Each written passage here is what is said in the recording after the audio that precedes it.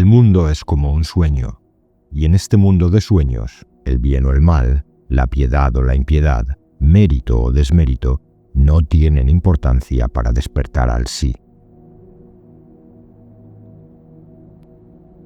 Siddharameswar Maharaj fue el maestro de Nisargadatta Maharaj, un sabio inmenso, aunque poco conocido fuera de la India. Enseñó lo que llamó el Vihangam Marg, el camino del pájaro, el vuelo directo de la mente que se observa a sí misma hasta reconocer su verdadera naturaleza. Decía que, igual que un pájaro va de árbol en árbol sin quedarse en ninguno, el buscador puede atravesar todos los estados y alcanzar la meta rápidamente. Es el camino más corto hacia el despertar. Hijo de campesinos en una aldea del sur de la India, vivió solo 48 años, pero dejó una huella profunda. Perteneció al linaje Navnath Sampradaya, del que también surgirían grandes maestros, entre ellos, como hemos dicho, su propio discípulo, Nisargadatta Maharaj. Su obra, La llave de la realización del ser, resume con gran claridad esa sabiduría sin palabras sobrantes ni conceptos difusos, usando metáforas tomadas de la vida cotidiana. Lo que escucharás a continuación es una adaptación de los capítulos 2 y 3, actualizada en el lenguaje pero no en el contenido. Cada idea se mantiene fiel a sus palabras. Este camino atraviesa los 4 cuerpos, entendidos como 4 etapas precisas en el viaje del autoconocimiento y la realización. ¿Por qué? Porque es necesario buscar en cada uno de ellos si ahí se esconde ese yo que creemos ser, hasta tener una respuesta clara. Comenzamos. Los 4 cuerpos a la búsqueda del yo. Había una vez un hombre llamado Gomaji Ganesh que vivía en un pueblo de Andheri, cuyo nombre significa oscuridad. No tenía un gran estatus ni riquezas, pero consiguió algo sorprendente. Impuso una norma en la Corte de Justicia que decía que ningún documento sería válido si no llevaba un sello llamado la Puerta de Cobre. Con el tiempo, los funcionarios de la ciudad empezaron a aceptar únicamente los papeles con ese sello. Se convirtió en un hábito, y durante años nadie se planteó quién era en realidad ese Gomaji Ganesh ni por qué su sello tenía tanta autoridad. Un día, sin embargo, llegó a la corte un documento importante. Estaba todo en regla, pero no llevaba el famoso sello. En consecuencia, lo rechazaron como prueba. Entonces uno de los demandantes se atrevió a protestar y defendió que el documento era perfectamente legal porque llevaba las firmas de altos administradores del gobierno local. El juez, intrigado, preguntó: ¿por qué no se admite este documento si cumple todos los requisitos? ¿De verdad hace falta además el sello de Gomaji Ganesh? Con esa simple pregunta puso en duda la validez del sello, algo que hasta entonces nadie se había atrevido a cuestionar. La corte decidió entonces investigar de dónde había salido esa costumbre. El juez se ocupó personalmente de aclararlo, y lo que descubrió fue casi absurdo. Aquel sello no tenía ningún origen oficial. Resultó que un ciudadano cualquiera, aprovechando la desorganización del gobierno, se había inventado su propio sello. Y lo increíble es que los mismos administradores habían seguido usándolo sin pensar, hasta convertirlo en obligatorio. En realidad, Gomaji Ganesh no era nadie importante. No tenía ningún cargo ni responsabilidad de la administración. No hace falta ni decirlo. Desde el día en que la corte decidió eliminarlo, el sello de Gomaji Ganesh quedó en ridículo. Del mismo modo, nosotros tenemos que investigar qué es ese yo que tanto domina y cómo se impone con frases como yo y mío. Es el mismo truco del Gomaji de la historia. En general, cuando 2 cosas se encuentran, aparece una tercera. Si unes 2 elementos, surge algo nuevo. Piensa, por ejemplo, en una guirnalda hecha con hilo y flores. Lo que vemos es la guirnalda, y nos olvidamos de que está hecha de flores e hilo. Si mezclamos tierra y agua, dejamos de verlos por separado, y lo que aparece es barro. Igual que cuando un albañil junta piedras y tierra para levantar un muro, ya no vemos los materiales, solo vemos el muro. Estos ejemplos sirven para entender cómo del contacto entre la consciencia y la ignorancia aparece algo extraño que llamamos intelecto, y cómo de esa unión nace lo que llamamos mundo. Así, del encuentro entre Brahman, la realidad última, y Maya, la ilusión cósmica, nace este intruso al que llamamos yo, que no para de repetir yo, mientras borra a Brahman y a Maya del escenario. Pero este yo es como un hijo imposible. Maya, su madre, es solo ilusión, no existe. Y el supuesto padre es el espíritu, que en realidad no actúa ni reclama nada. ¿Qué sentido tiene entonces que exista este yo? Es pura pretensión. Lo que vemos entonces es que el yo no es más que una palabra hueca, igual que el sello de Gomaji Ganesh se proclama en todas partes diciendo yo soy sabio, yo soy grande o yo soy débil, sin acordarse de dónde viene. Se glorifica a sí mismo, pero su gloria es ridícula. Es como un gato que bebe leche con los ojos cerrados, convencido de que nadie le ve, sin darse cuenta de que alguien está a punto de darle un golpe. Porque en cuanto aceptamos una identidad, una etiqueta, también cargamos con la responsabilidad que trae consigo. Si digo que he hecho algo, tengo que asumir sus consecuencias. En realidad el yo no existe.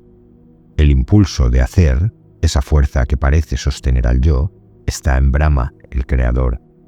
Pero Brahman, que es el principio último de todo, es tan hábil que en cuanto detecta que hay un yo presumiendo de sus actos, se desentiende y no asume responsabilidad alguna. Se queda aparte, desapegado.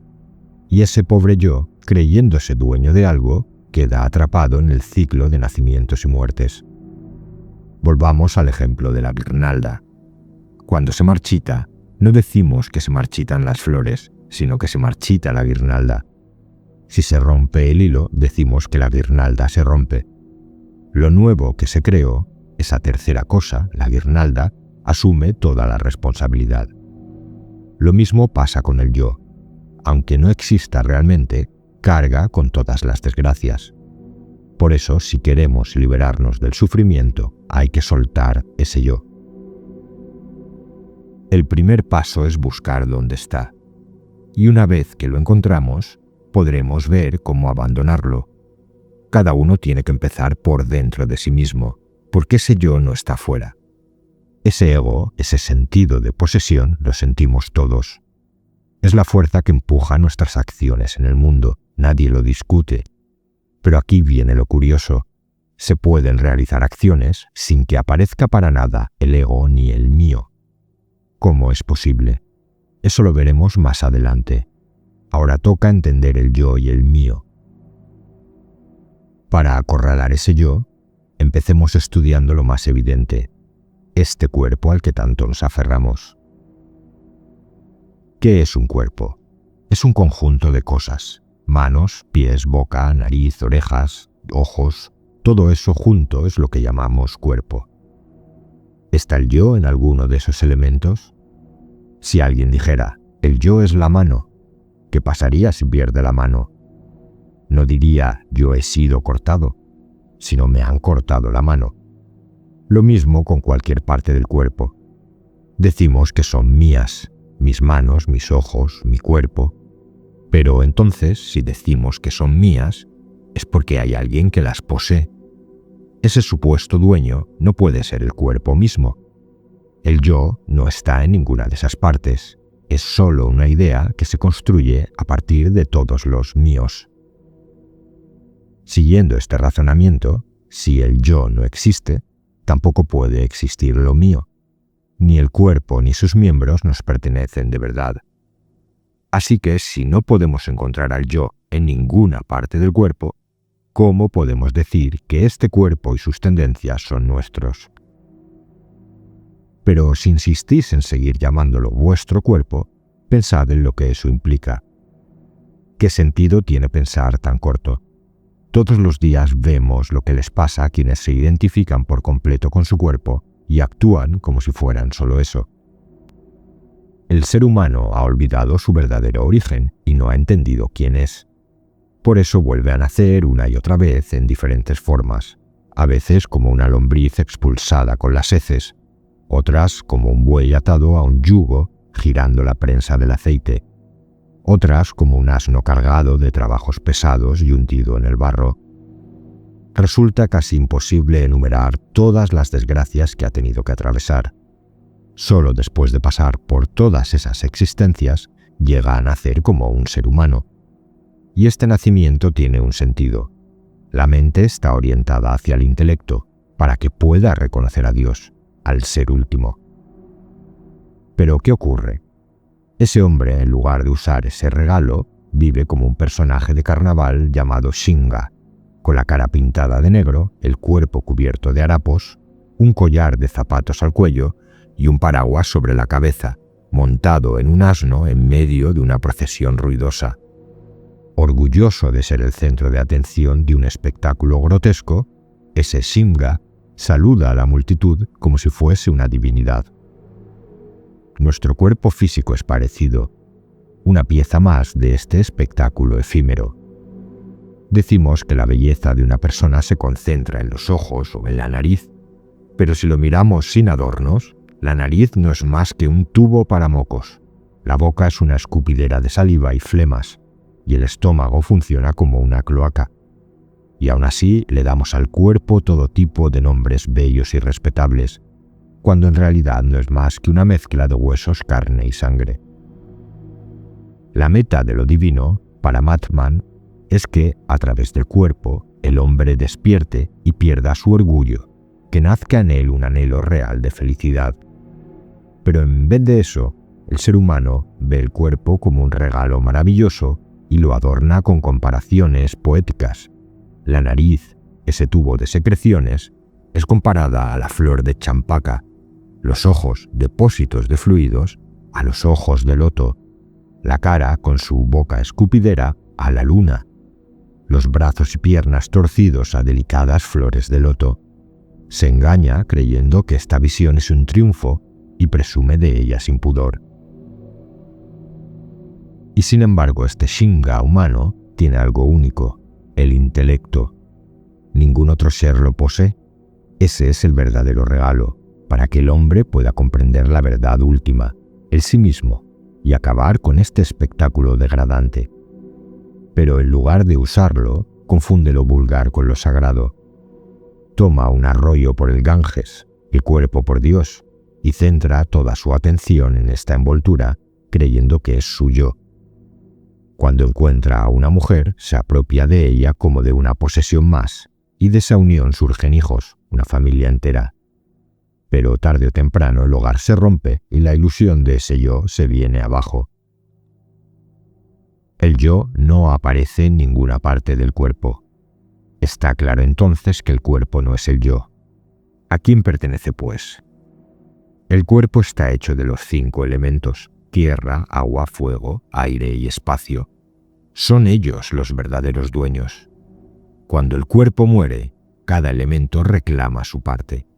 Lo que llamamos cuerpo no es más que una combinación temporal y al deshacerse vuelve a su origen. Por tanto, el yo no está en el cuerpo, ni el cuerpo nos pertenece. El cuerpo no puede sostener el orgullo del ego, ni es realmente afectado por nacimiento, muerte o pasiones. No puede llamarse mío. El cuerpo puede ser de niño, de adulto o de anciano, negro o blanco, sano o enfermo, hermoso o deforme, errante o en samadhi. Todos esos son estados del cuerpo, pero el yo está más allá de ellos. Nuestro apego al cuerpo nos ciega. El hijo de otro nunca nos duele tanto como el nuestro, por mucho que digamos lo contrario. Lloramos más por unas zapatillas viejas propias que por la desgracia ajena. Esto ocurre porque sentimos propiedad solo sobre lo que llamamos nuestro. Cuando comprendemos que algo no nos pertenece, poco a poco nos volvemos indiferentes a ello. El cuerpo no es mío, pertenece a los 5 elementos. Si se entiende de verdad, el estado del cuerpo deja de afectarnos. Renunciar al cuerpo no significa destruirlo tirándolo a un pozo o colgándolo de una cuerda. Significa conocerlo tal como es. Al verlo en su verdad, el apego se disuelve por sí solo. Si lo destruimos a la fuerza, el cuerpo volverá a renacer. La verdadera renuncia al cuerpo solo llega con la discriminación, con el discernimiento. Y esa renuncia, en lugar de ser causa de más nacimientos, libera del ciclo de renacimiento. Hay 5 tipos de disolución. La disolución diaria, la disolución por la muerte, la disolución de Brahma o Brahma Pralaya, la disolución del final de un kalpa, un periodo cósmico, y la disolución por discriminación o discernimiento. La primera todos la conocemos, es el sueño profundo. En ese estado el cuerpo y el mundo y todo lo demás desaparecen, pero al despertar reaparecen y las acciones continúan como antes. La disolución con la muerte es parecida.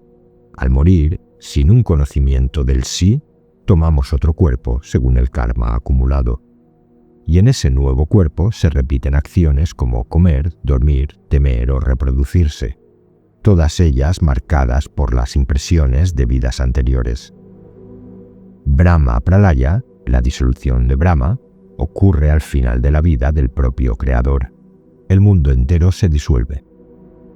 Kalpa Pralaya, en cambio, es la disolución al final de un periodo cósmico, tras innumerables mundos nacidos y destruidos. Y tras ella comienza un nuevo kalpa, y la creación se despliega de nuevo con toda su fuerza. De este modo la rueda sigue girando, con nacimiento y muerte, una y otra vez. Las formas nunca se disuelven del todo en las 4 primeras disoluciones. Solo la disolución a través del discernimiento es definitiva y única. En ella el cuerpo se disuelve ya en vida, y tras la muerte no hay más renacimiento.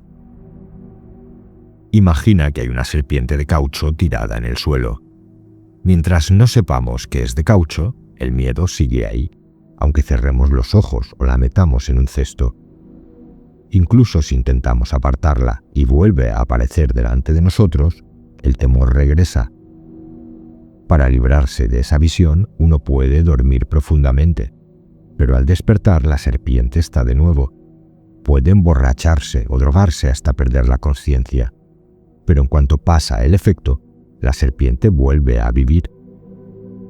Este ejemplo muestra que todos esos intentos de eliminar el miedo son temporales. La única forma de liberarse de verdad es descubrir, de una vez por todas, que la serpiente es de caucho. En cuanto sabemos eso, ya no sentimos miedo nunca más, aunque vuelva a aparecer delante de nosotros o alguien intente asustarnos con ella. De la misma manera, cuando comprendemos lo que realmente es el cuerpo, desaparece la arrogancia y el apego hacia él. Surge la renuncia de forma natural. A esto se le llama la disolución a través de la discriminación o discernimiento. Quien muere con esta comprensión queda libre del ciclo de nacimientos y muertes. Quien muere sin haberlo comprendido vuelve a nacer. Por eso esta disolución es distinta a las demás. El objeto se percibe como insignificante, esté presente o ausente.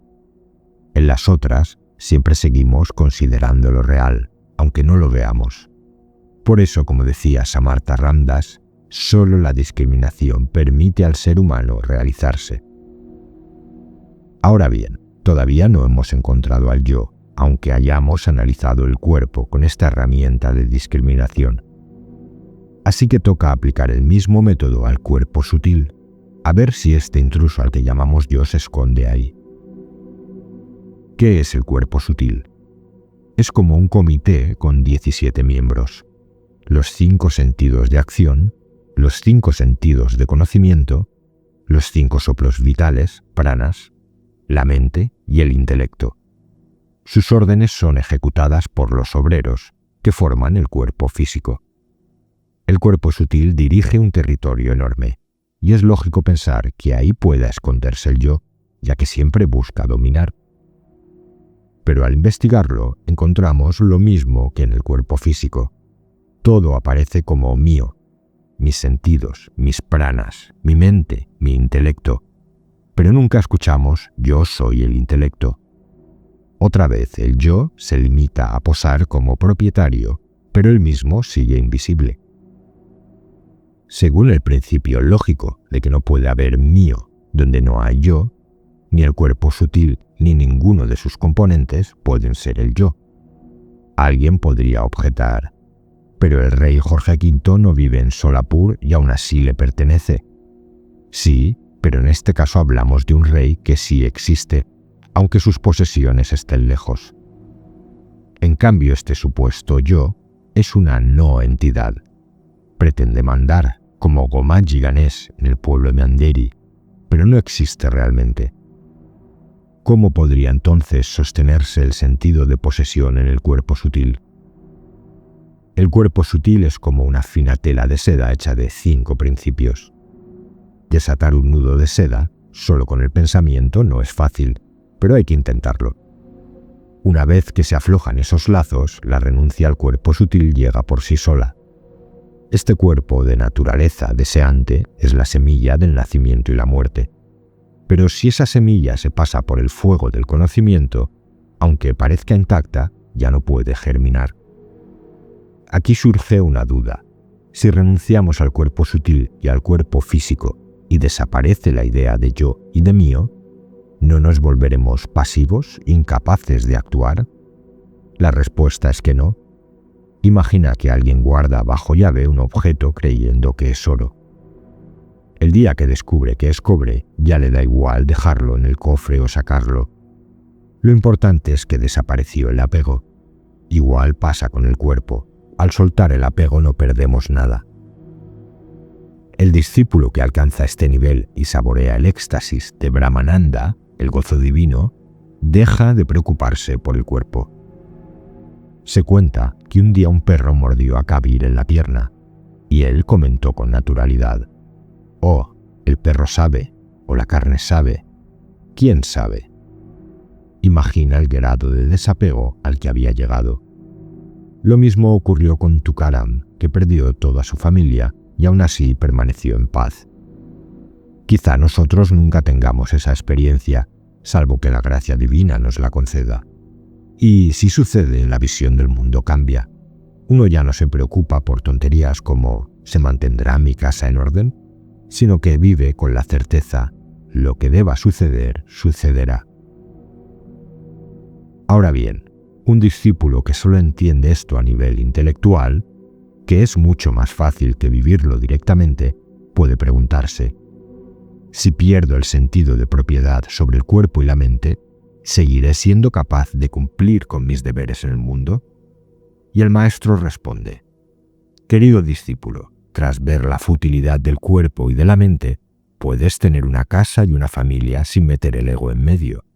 Puedes ocuparte del hogar y hacer todas tus tareas igual que antes. La diferencia es que ya no lo haces desde la ilusión del yo y de lo mío.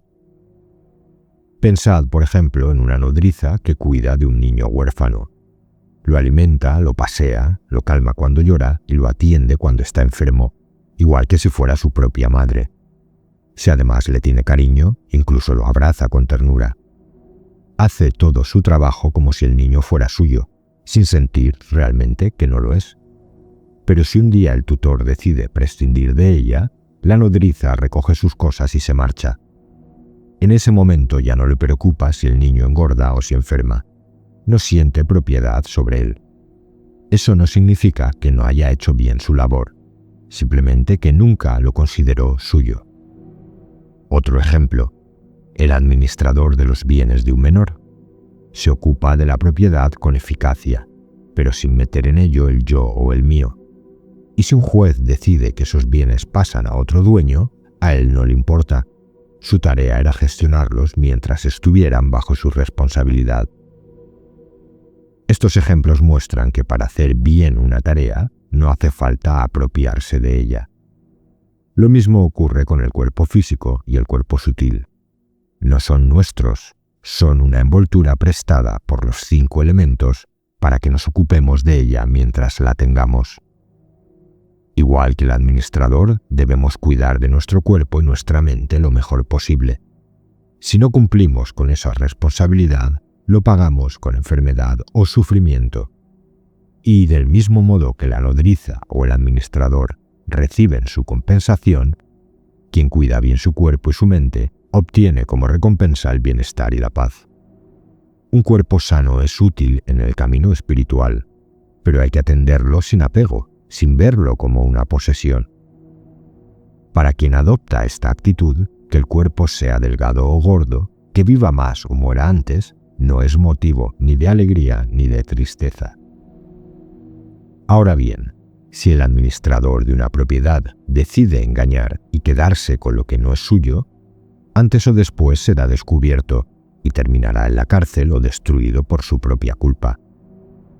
De la misma manera, identificarse con el cuerpo es un error, es olvidar al sí mismo, ahogarlo en una ilusión.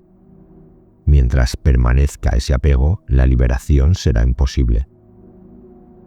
Con todo lo que hemos visto queda claro. Las acciones y las obligaciones del cuerpo y de la mente deben cumplirse, pero no hace falta apropiarse de ellos. Igual que la nodriza y el administrador hacen bien su trabajo sin sentir posesión, también el ser humano puede llevar a cabo sus deberes en el mundo sin identificarse con lo que en realidad no le pertenece. Imaginemos que ya hemos soltado el sentido de posesión tanto del cuerpo físico como del cuerpo sutil. Aceptamos que esa envoltura no nos pertenece, que es como algo prestado, pero aún no tenemos respuesta a las preguntas esenciales. ¿Quién soy yo? ¿O dónde estoy? Para seguir con la búsqueda, toca mirar más allá, hacia el llamado cuerpo causal. ¿Qué ocurre cuando entramos ahí? De repente nos encontramos en la oscuridad total. ¿Es posible que el yo resida en este vacío? Todo apunta a que este puede ser su cuartel general, y por eso nos queda la esperanza de hallarlo aquí. Probemos. En este nivel, el yo parece haber renunciado a todo sentido de posesión. Aquí no hay nada que pueda llamar mío. Reina un silencio absoluto. Ese yo que los otros cuerpos gritaba sin cesar, yo, aquí se queda callado. Es como si jugara al escondite, atrincherado en la oscuridad, intentando que el buscador se desanime y abandone. Pero no hay que temer. Muchos eruditos al llegar a este punto se han detenido y han dado media vuelta, pero nosotros no debemos retroceder. Tras permanecer un tiempo en esta negrura, llega un momento en que uno se estabiliza en ese estado, y de pronto, como un susurro, surge una voz interior. Yo soy el testigo de este vacío. Al escucharlo, el ánimo se enciende, como cuando uno siente que está a punto de atrapar al ladrón que anda escondido cerca. Ese testigo está aquí, observando el vacío. La búsqueda ahora consiste en mantener la atención vigilante. Entonces se revela algo más. El yo observa desde más allá del cuerpo causal, desde lo que se llama Mahakarana, el cuerpo supracausal. Y en ese instante se produce un reconocimiento fulgurante. El yo se descubre a sí mismo. La felicidad de ese encuentro es indescriptible. En ese gozo brotan las grandes afirmaciones. Yo soy Brahman, la esencia de todo. Ese yo que habla no es otro que el Brahman omnipresente, cuya naturaleza es la consciencia pura, el yo soy rebosante de felicidad. Cuando esa certeza se establece, la alegría se desborda como olas. Pero cuando esa dicha empieza a menguar, ocurre algo aún más profundo. A través de una reflexión madura, uno comprende: yo no soy ni siquiera de la naturaleza de la consciencia. Igual que antes me envolvía la ignorancia y después me cubrió la consciencia, entiendo que yo no nací con ninguna de las dos. Ambas aparecieron cuando surgió el yo. En ese orden, parece que es el propio yo el que las creó. De este modo, la conciencia no es mi esencia, sino algo surgido de mí. Ella es como mi hija, y yo soy su padre. Después de estas reflexiones, incluso la afirmación Aham Brahmasmi, yo soy Brahman, del cuerpo supracausal, empieza a desvanecerse. Al final queda un yo absolutamente desnudo, imposible de describir. No se puede decir quién es ni cómo es. Si quisiéramos describir este yo, podríamos usar cualquier palabra del diccionario y la respuesta siempre sería la misma. No es esto, no es aquello, neti neti. Es lo que ilumina tanto esto como aquello. Y si no se entiende con palabras, lo mejor es olvidarlas y sumergirse en el silencio más profundo, hasta descubrir directamente quién es ese yo soy. Los 4 cuerpos en detalle.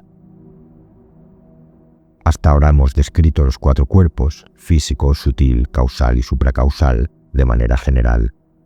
Pero ahora hace falta examinarlos con más detalle. Mientras el discípulo no los comprenda a fondo y no integre esa comprensión, no podrá alcanzar el silencio profundo. Conviene recordar que estos cuerpos no son la meta final, sino etapas que hay que atravesar para llegar a la quinta, Nisabda, el silencio, donde la palabra se disuelve. El avance debe ser paso a paso. Quien intenta saltar peldaños corre el riesgo de perder pie y caer hacia atrás. Solo cuando un cuerpo se comprende plenamente se puede descubrir el siguiente. Subir demasiado rápido lleva a la confusión. Así como hay semejanza entre un trompo quieto y otro que parece inmóvil por girar con gran velocidad, también la hay entre la oscuridad total y la luz cegadora. A simple vista parecen iguales, pero en realidad no lo son. Por eso es fundamental avanzar sin prisas, con claridad, para no confundir el sueño profundo con el samadhi ni la ignorancia con el conocimiento. Conviene además aclarar otro punto: las aparentes contradicciones que a veces muestran las escrituras. El método que usan es particular. Para enseñar un tema al discípulo, primero destacan su importancia y le dicen que si lo comprende bien, obtendrá el fruto. Luego, antes de pasar al siguiente tema, señalan la futilidad de lo aprendido para que lo suelte. Entonces muestran el siguiente peldaño como algo más elevado. El principio que hay detrás es simple. Nadie se siente atraído por algo si antes no se le ha mostrado su valor o la recompensa que promete. Una vez captada esa importancia, se muestra lo limitado de esa etapa y el discípulo renuncia a ella deseando avanzar más. La Shruti, los Vedas, conoce bien la psicología del buscador. Primero le dice que cuide de su subsistencia y que eso mismo es Brahman. Le da tiempo para atender su cuerpo y le insiste en que el cuerpo físico es Brahman. Luego añade, el placer que sientes en el cuerpo, en realidad lo saborea el cuerpo sutil, porque el físico no es más que un cadáver, incapaz de disfrutar nada por sí solo. Así se demuestra la futilidad del cuerpo físico. Después, la Shruti otorga el papel de Brahman al cuerpo sutil, mente, intelecto, energía vital. Más tarde lo hace con el cuerpo causal, que es aún más denso y que absorbe al sutil. El discípulo llega a identificarse con él, hasta que se le muestra que tampoco ahí está la respuesta, pues el cuerpo causal no es más que ignorancia original, oscuridad total. Entonces se ve obligado a avanzar hacia el cuerpo supracausal, donde surge la voz del testigo que dice, yo soy. Cuando ya se ha descartado uno a uno, la Shruti afirma que todo es Brahman, pero para explicar lo inmutable, adopta la vía negativa y repite, ni esto ni eso, neti neti. Brahman no es ignorancia ni conocimiento, es eso que está más allá de los 4 cuerpos. Una aguja de coser sacos es mayor que una aguja común, pero no es más grande que una barrena que perfora el suelo. Los adjetivos grande o pequeño no son cualidades absolutas, dependen siempre de la comparación. Lo mismo ocurre aquí. Cada cuerpo se describe provisionalmente como Brahman, pero ninguno lo es en sí. Solo para Brahman es único, incomparable. Con este razonamiento en mente, entendemos por qué las escrituras a veces llaman Brahman a un cuerpo y luego lo niegan. Es un método. Como cuando a alguien que quiere cocinar arroz se le dice, primero enciende el fuego, luego apágalo. El principiante se sorprende. ¿Cómo es que lo que era necesario ahora hay que eliminarlo? La explicación es sencilla. El fuego sirve hasta que el arroz está cocido. Si lo mantienes, lo arruinas. De la misma manera, llamar Brahman a cada cuerpo es útil hasta que el discípulo comprende lo que hay en él. Una vez visto su límite, pierde ese valor y se abre el paso a la etapa siguiente. El precio que se paga por avanzar no depende del valor último de lo que se deja atrás, sino de la función que cumplió en el proceso. El ser humano sufre porque ha olvidado su naturaleza. Tiene que liberarse de esta confusión. Con esta idea en mente, vamos a describirlos con más detalle. El cuerpo físico. El primero es el cuerpo físico, el más evidente. Es carne y hueso, se puede tocar. Todos lo conocemos y lo usamos. Lo sentimos como nuestro yo.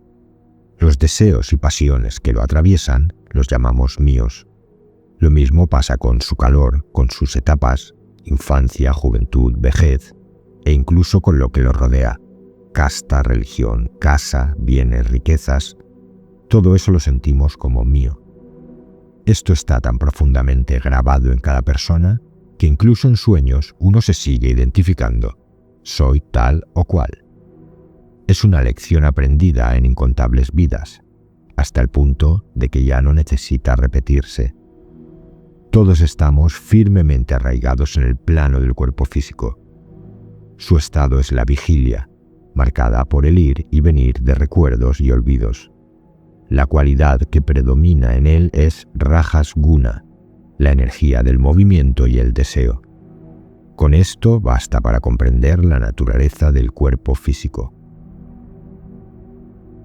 El cuerpo sutil. El siguiente peldaño es el cuerpo sutil. Está formado por los sentidos, la mente, el intelecto, la energía vital, prana, y el ego, antakarana. Este ego es el que fabrica un mundo mental, incluso cuando cerramos los ojos y el mundo externo desaparece. Al profundizar vemos lo extraño que es este cuerpo. Gobierna todos los movimientos del cuerpo físico, pero a la vez produce pensamientos contradictorios. Oscila sin parar entre la decisión, sankalpa, y la duda, vikalpa. Su estado es el sueño, donde la memoria permanece activa. Aquí predomina la cualidad sattvaguna, la energía de la claridad. Cuando el discípulo llega a este nivel, se identifica con el cuerpo sutil. Es como cuando un pie pisa un nuevo escalón. Solo entonces el otro puede soltar el anterior. Para avanzar hay que dejar atrás el cuerpo físico. Igual que al cruzar una frontera entramos en otro país y dejamos el anterior, para comprender el cuerpo sutil hay que soltar la identificación con el físico. Esto no es tan fácil como parece. Para avanzar por estas etapas, el ser humano solo tiene dos herramientas: el aprendizaje y la práctica. Pasar del cuerpo físico al sutil significa trascender el físico. En ese momento ya no se siente que el cuerpo físico sea yo, ni que sus características sean mías. El yo se experimenta ahora como mente e intelecto. Si el discípulo profundiza en esto, se establece firmemente la segunda etapa y se vuelve indiferente al estado del cuerpo físico y sus condiciones. El cuerpo causal. La tercera etapa es el cuerpo causal, también llamado ignorancia.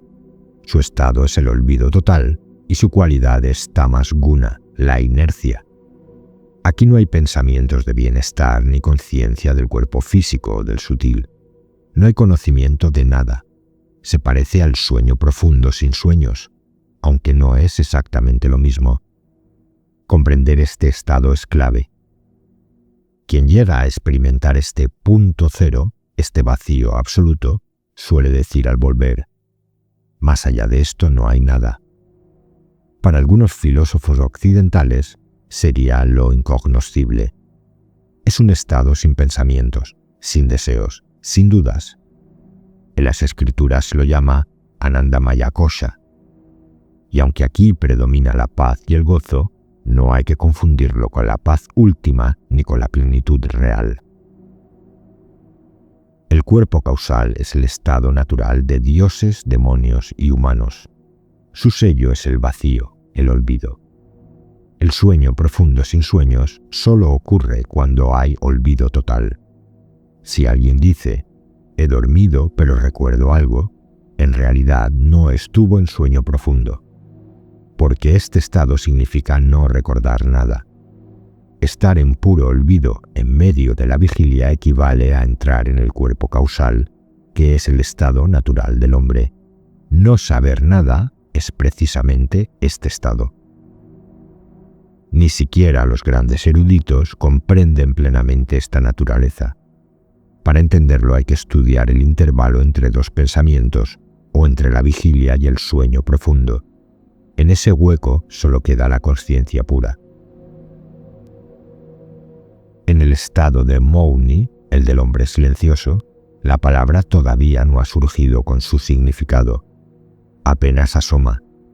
Si se le da fuerza, aparece el mundo. Si se deja pasar sin darle contenido, el mundo desaparece.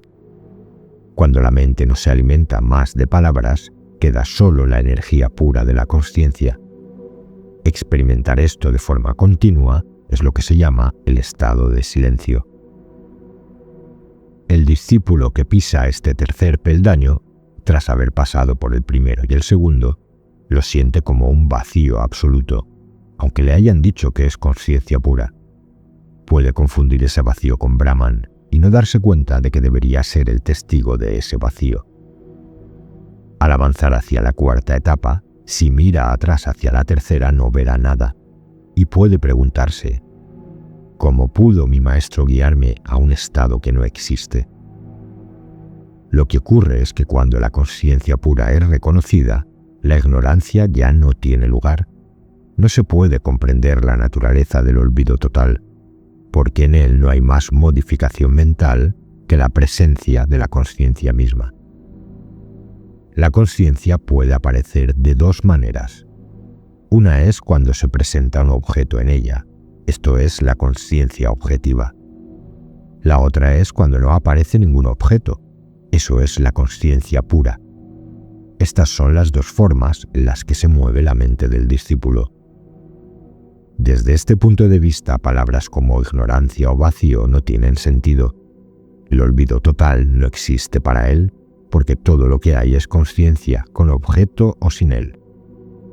Cuando se presenta el estado del cuerpo causal como un vacío, como un olvido absoluto donde nada se capta, en realidad lo que se señala es la pura conciencia. El ejemplo clásico es el del maestro que dibuja un punto en la pizarra con una tiza. El punto real no tiene ni largo ni ancho, pero para que el alumno lo entienda, se dibuja uno con volumen. Aquí ocurre lo mismo. Si no se habla del vacío como un estado, sería imposible explicar lo que sigue. El discípulo necesita confiar plenamente en su maestro y aceptar que existe un estado de puro olvido. Tiene que entregarse a la práctica y aprender a soltarlo todo. El cuerpo causal es la raíz de los dos anteriores. Imagina un escenario con un telón lateral por donde entran y salen los actores. El estado natural del ser humano se parece a ese bastidor, un estado de olvido total, de ignorancia. La memoria aparece desde detrás del telón y luego vuelve a desaparecer. Cuando recordamos algo que habíamos olvidado, significa que estaba sumido en ese olvido y emergió de él. Cuando olvidamos, lo que estaba en la memoria se hunde de nuevo en ese telón del olvido. Todas las ideas nacen y mueren de ahí, en esa matriz común. Ese estado es compartido por todos los humanos. Nos llamamos ignorantes precisamente porque vivimos en ese olvido, aunque hagamos esfuerzos por rescatar conocimientos. El problema es que la mayoría busca solo conocimientos mundanos y pasa por alto el conocimiento de su propia naturaleza. Por eso el maestro le dice al discípulo: no eres el cuerpo físico ni el sutil, identifícate con el cuerpo causal. Esto significa sumergirse en ese olvido consciente diciendo: no soy este cuerpo ni tampoco la mente o el intelecto. Los sueños y dudas que surgen con ellos no me pertenecen. Yo soy puro olvido, desnudo de todo concepto. El nacimiento y la muerte, la miseria o el deseo, el hambre o la sed, el honor o la deshonra, nada de eso me toca. Soy desapegado, soy puro olvido. Cuando esta convicción se asienta en el corazón, ese estado sin conceptos ni apegos se vuelve nuestra verdadera naturaleza, limpia de las cualidades de los cuerpos físico y sutil. Y gracias a esta práctica, el discípulo supera la tercera etapa y accede al siguiente nivel, el cuerpo supracausal o Mahakarana. Es importante aclarar que aunque se parezca al sueño profundo, el cuerpo causal no es lo mismo. En el sueño profundo todos los sentidos descansan y desaparecen los objetos. En ese estado todos disfrutan de la felicidad de su naturaleza, pero sin reconocerla. Al despertar uno resume la experiencia diciendo: he dormido bien, no era consciente de nada. Es decir, ha experimentado la felicidad de su propio ser, pero al mismo tiempo ha permanecido en la ignorancia. Lo único que sabe es que ignoraba. Un mendigo que desconoce haber heredado un tesoro sigue pidiendo limosna, porque para él el tesoro no existe. De la misma manera, todos entramos y salimos de nuestra naturaleza esencial, llegamos a experimentar su gozo en el sueño profundo, pero seguimos ignorándola. Por eso el sueño profundo no puede darnos conocimiento del sí. En ese estado no hay forma de estudiar la experiencia. En cambio, en el cuerpo causal sí puede hacerse conscientemente. Estudiar el olvido consciente significa saborear el sueño profundo estando despierto. El maestro enseña cómo hacerlo. Igual que solo naciendo pez, uno puede comprender cómo duerme en el agua sin problema, el discípulo aprende a experimentar ese estado de silencio interior mientras está en vigilia. Esa es la diferencia entre sueño profundo y samadhi. El cuerpo causal no es otra cosa que el sueño profundo, pero lo que se estudia aquí es diferente. Es el silencio creado conscientemente en vigilia, no el sueño que llega inconscientemente. Pero en el olvido cultivado de forma consciente se revela la naturaleza del sí. Aunque el olvido parezca solo olvido, el hecho de que la conciencia siga presente incluso cuando todo desaparece, solo puede comprenderse tras estudiar este estado. Es un estado real. Tanto el sueño profundo como el puro olvido son efectos de tamas guna, la inercia y la ignorancia. El carbón y el diamante están hechos de lo mismo, carbono. Sin embargo, uno es opaco y negro y el otro brilla con un valor incalculable.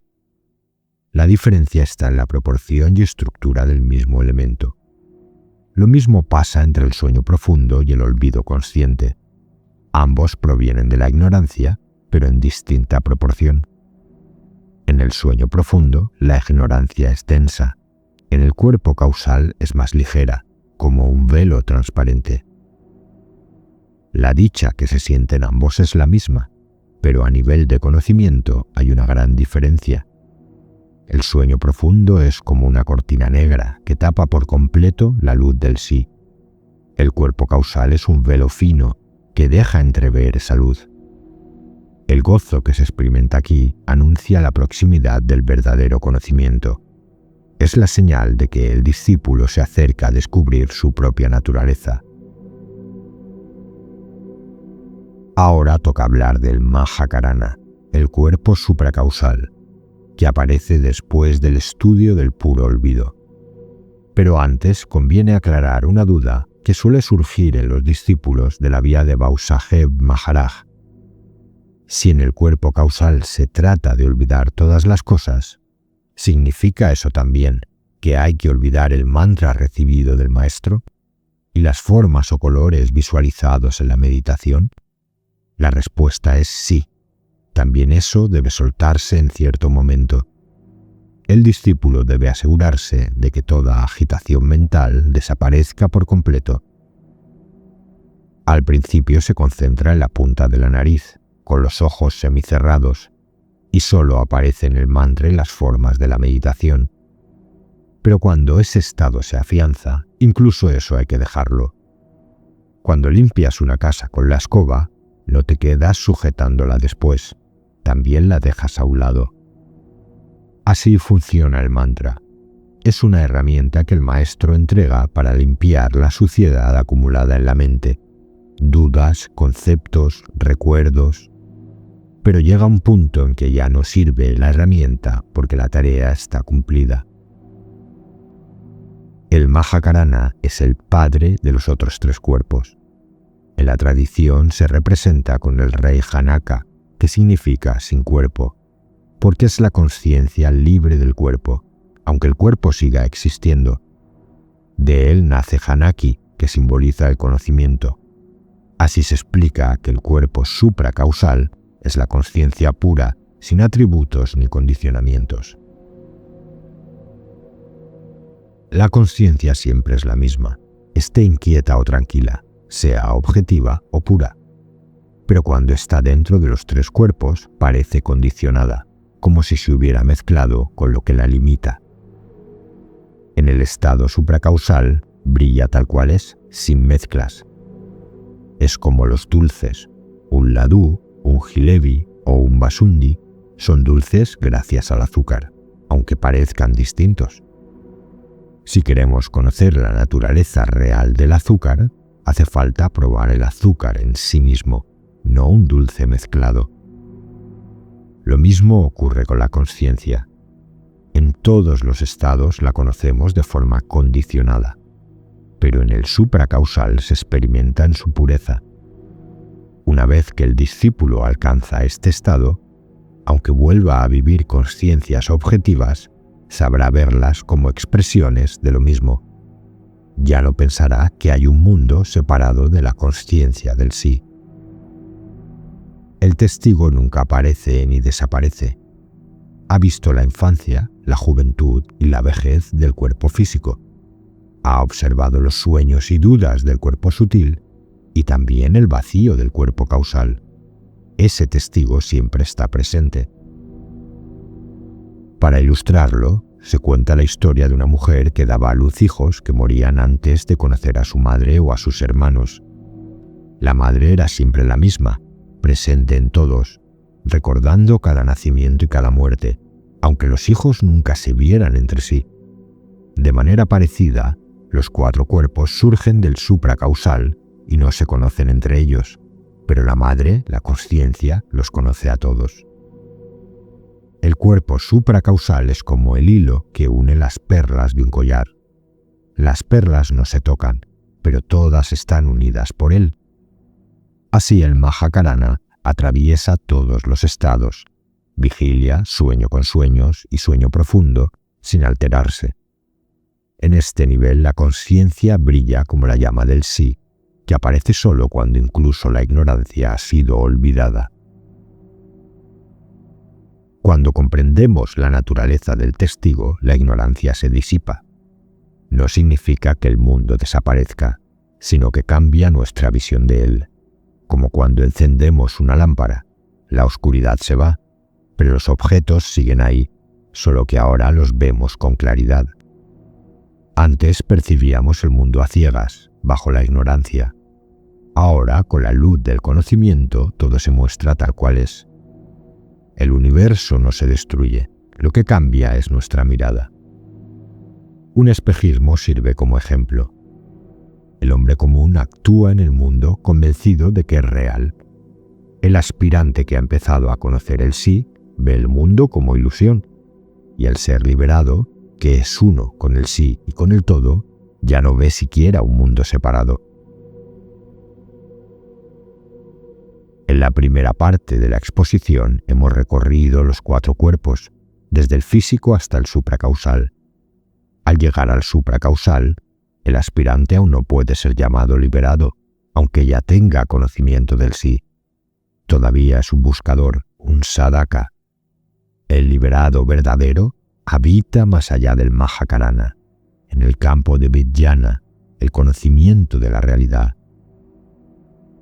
Eso lo dejaremos para más adelante. Ahora nos centraremos en comprender mejor el cuerpo supracausal. Hemos dicho que el supracausal es la disolución de la ignorancia, pero en realidad esa ignorancia, ese vacío, no existe por sí mismo, solo aparece en relación con el cuerpo físico y el sutil. Es decir, no tiene una existencia propia. Decir que hay que destruirlo suena absurdo, porque no se puede destruir lo que nunca ha existido.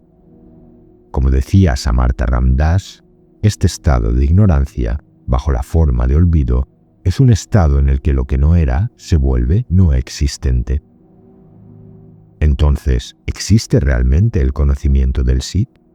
El testigo que sabe que en el estado del olvido no hay sueños ni dudas es el verdadero señor del conocimiento. Jnanadeva, el que observa la disolución de la mente. Ese testigo es lo que preside el cuerpo supracausal. Pero incluso este conocimiento es solo un remedio temporal para la ignorancia, como un medicamento que se usa mientras dura la enfermedad. Cuando la consciencia deja de mirar fuera, hacia el cuerpo y los objetos, empieza a mirarse a sí misma. Y en ese momento ya no se puede hablar de testigo, porque el testigo solo existe cuando observa algo distinto de sí mismo. Cuando se contempla a sí misma, la consciencia permanece en su propia naturaleza, que es absoluta. En ese estado puede surgir la repetición interna, yo soy Brahman. Es un estado elevado, pero todavía sigue ligado al cuerpo supracausal. Incluso este murmullo interior pertenece a la gran ilusión, Mahamaya, tejida con los 3 gunas. Por eso, tarde o temprano, también debe ser silenciado. Este yo soy Brahman es todavía un residuo de identidad, como un grano de sal disuelto en la leche. Parece invisible, pero está ahí y debe desaparecer. Creer lo falso como verdadero es un error. Distinguir lo verdadero de lo falso es el camino correcto. Mientras uno se identifique con el cuerpo físico, el sutil o el causal, y diga yo, es solo ego y orgullo. Pero cuando ese mismo sentimiento de ser se reconoce como Brahman, deja de ser ego porque está en la verdad. Aún así, si alguien repite sin parar soy verdad, queda la sospecha de que en el fondo duda. Como un hombre que insiste soy un Brahman, y al oírlo los demás piensan, si de verdad lo fuera, no tendría que repetirlo tanto. Así también, la constante repetición de yo soy Brahman revela que aún queda un apego, un eco de duda. Por eso incluso esa memoria debe borrarse. Solo cuando no hay ni recuerdo ni olvido, la consciencia se estabiliza en sí misma como pura consciencia y pura felicidad. En la experiencia cotidiana podemos comprobarlo. Nunca olvidamos que existimos y tampoco necesitamos recordarlo. Nadie se pregunta, ¿me he olvidado de mí mismo? ¿O me acuerdo de mí mismo? Simplemente somos. Ese estado natural, más allá de memoria y olvido, es nuestra verdadera naturaleza. Todo lo que puede ser recordado u olvidado no somos nosotros. Yo soy ese ser que no necesita ser recordado ni puede ser olvidado. Ese es el estado de iluminación, ser uno mismo sin más. Así, por el método de eliminación, el aspirante reconoce que no es el cuerpo físico, ni el sutil, ni el causal. Es la consciencia del supracausal, el conocimiento yo soy. Las escrituras, después de mostrar esto, avanzan un paso más y declaran: todo lo que ves, todo el mundo, no es más que juego de tu propia consciencia. Lo producido siempre guarda la naturaleza de lo que lo origina. El hielo no es más que agua, aunque parezca sólido y con forma. Agua y hielo son lo mismo, aunque uno fluya y el otro se mantenga duro. Lo mismo ocurre con el mundo y su Señor, son solo uno. Los 5 elementos, tierra, agua, fuego, aire y espacio, parecen distintos, pero no son más que diferentes combinaciones de lo mismo. Igual que la tierra se disuelve en el agua en el fuego en el aire y el aire en el espacio, todo finalmente se resuelve en el sí, que es su matriz. Los Vedas concluyen que mundo y Dios son uno. Es la deducción lógica. Y aunque los métodos puedan variar, el de eliminación, el de deducción o cualquier otro, lo importante no es el camino, sino el resultado. Que el aspirante comprenda su verdadera naturaleza. Igual que en matemáticas, se pueden resolver los problemas por distintas vías, pero solo importa que el resultado sea correcto. Eso sí, el método deductivo tiene una dificultad. Al decir que mundo y Dios son uno, puede parecer que Dios se transforma en mundo, como el agua en hielo o el oro en joya. Y si es así, significaría que el absoluto se convirtió en elementos y estos en el mundo. Pero Samartha Ramdas rechaza esta idea con firmeza. Hombre, ¿por qué te preguntas sobre algo que no existe? El mundo nunca ha llegado a existir, solo el absoluto es. Olvidarse de uno mismo, de su verdadero sí, es lo que da lugar a Maya. La palabra viene de ma, no es, y ya, lo que no es. ¿Y cómo describir algo que no existe? Es como preguntar de qué color es el hijo de una mujer estéril, qué edad tiene o a qué casta pertenece. No hay respuesta posible, porque no hay hijo alguno. Los Vedas han intentado explicar a los buscadores, según su capacidad, cómo surge esta ilusión. Y al final señalan lo esencial. Todo se produce espontáneamente. Al razonar, una teoría puede contradecir a la otra, pero en lugar de pensar que los Vedas engañan o se contradicen, lo justo es ver que su intención siempre ha sido transmitir el conocimiento del sí. Lo que ocurre es que cada aspirante interpreta desde su mente limitada y al hacerlo se confunde.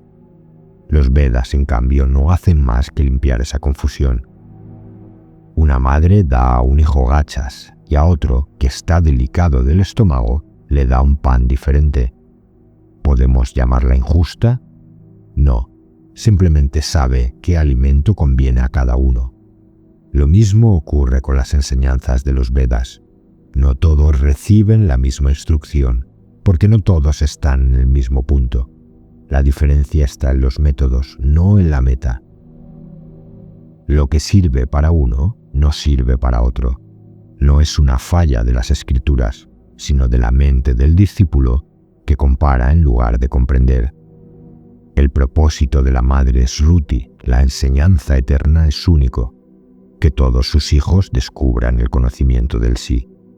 Por eso, en lugar de criticar o enredarse en contradicciones, el aspirante debe usar lo que ha recibido para realizarse. Al final, la meta no es discutir teorías, sino experimentar directamente quién es uno mismo. Si quieres apoyar el canal y participar eligiendo los próximos temas, puedes hacerte miembro por el precio de un café al mes. Cada comentario y cada vez que compartes el vídeo estás ayudando al canal. Gracias por formar parte de esta comunidad.